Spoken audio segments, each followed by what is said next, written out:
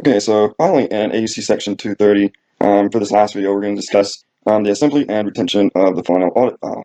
And that's in AUC section 230.15 through 19. And this tells us after the entire audit is finished, we've issued the audit report, what do we need to do to close down the audit, wrap it up, put a bow around it. So the steps that we need to take to close down the audit file are included here. And it says first we need to document in our audit documentation the report's release date.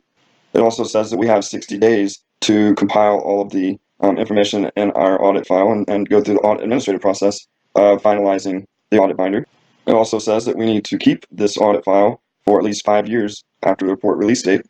And so if it does turn out that we modify any of the audit documentation in the file after the documentation and completion date, that means after we've shut down the binder and 60 days has passed, if we have new documentation that we add or that we change, we need to provide the specific reasons for why we make the change and when and by whom those changes were made.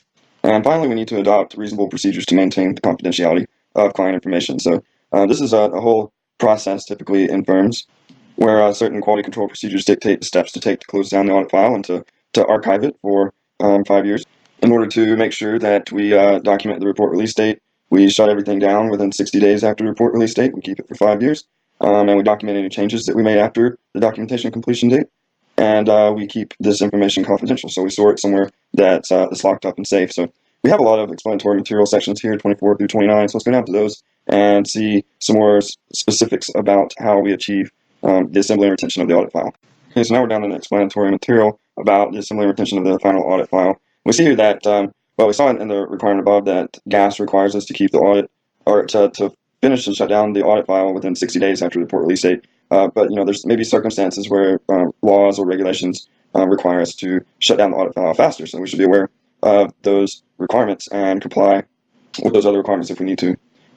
Also, there may be items or requirements to fulfill that aren't necessarily engagement specific, but may be documented overall in our quality control procedures. For instance, maybe auditor independence and staff training. So we might keep a file outside of the engagement audit file that keeps track of the staff's training as well as the independence threats for each of the staff members. For instance, maybe they own particular companies that would impair independence if they were our clients, that sort of thing. So this says that we can include this information in the audit documentation in the audit file whenever we assemble it, or we can keep it outside of the audit file in a different database or folder.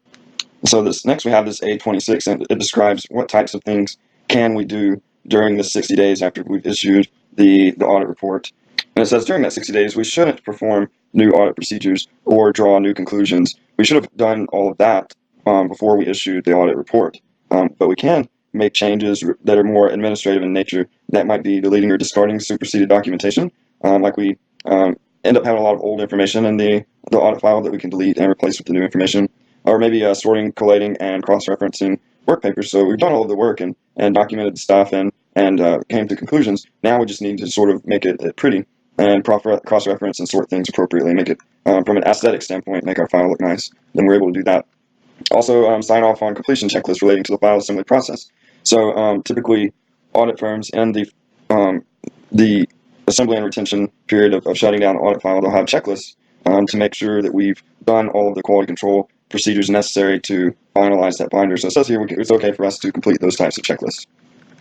And next, we're able to document audit evidence that we have obtained, discussed and agreed with the relevant members of the engagement team. So this isn't in violation of new audit procedures or drawing new conclusions, because this isn't new procedures or conclusions. This is basically just documenting evidence from procedures that we've already done and concluded on. So we're able to, if during the audit we didn't have a chance to fully document everything, but we already did perform the work and make sure the evidence was sufficient and appropriate and drew our conclusions, then it's okay for us to document that work after the audit report has been released. And finally, there might be circumstances where we get information after the auditor's report, and they provide an example here of a confirmation that we had previously communicated electronically. So let's say we confirmed a bank balance with a bank, or we mailed them a paper confirmation, and it took them a long time to get it back to us, but in the meantime, we just emailed whoever the banker was and got the confirmation back electronically. But then later on, after we've issued the audit report, we finally do get that paper copy. Then we can file it in the audit file, and that's okay because we didn't obtain new or perform any new procedures or draw any new conclusions. We already had this confirmation. It just came as a paper copy later. And so next, here at A27, it says that we're required to establish policies and procedures for the retention of our engagement documentation, and this should be part of our quality control procedures. And we're also required to hold them for at least 5 years, according to GAS, and our firm may decide that we would like to hold them longer if we want to, but GAS has a minimum of 5 years. And the next A28 discusses circumstances where we might need to add audit documentation after we've finalized the audit file, like after the 60 days finalization deadline. Maybe 3 months later, we're performing an internal review or inspection of our audit file, and we find some things that maybe we should have documented a little better, or that are unclear. Then maybe we need to add that documentation to the audit file as specified in the requirements above. And finally, in section 829, this relates to the confidentiality of the way we keep our audit file. So we saw in the requirement above that we're required to keep the audit documentation and the audit file confidential for the benefit of our clients. And so this means that the audit documentation is our property, and most states recognize this right of ownership.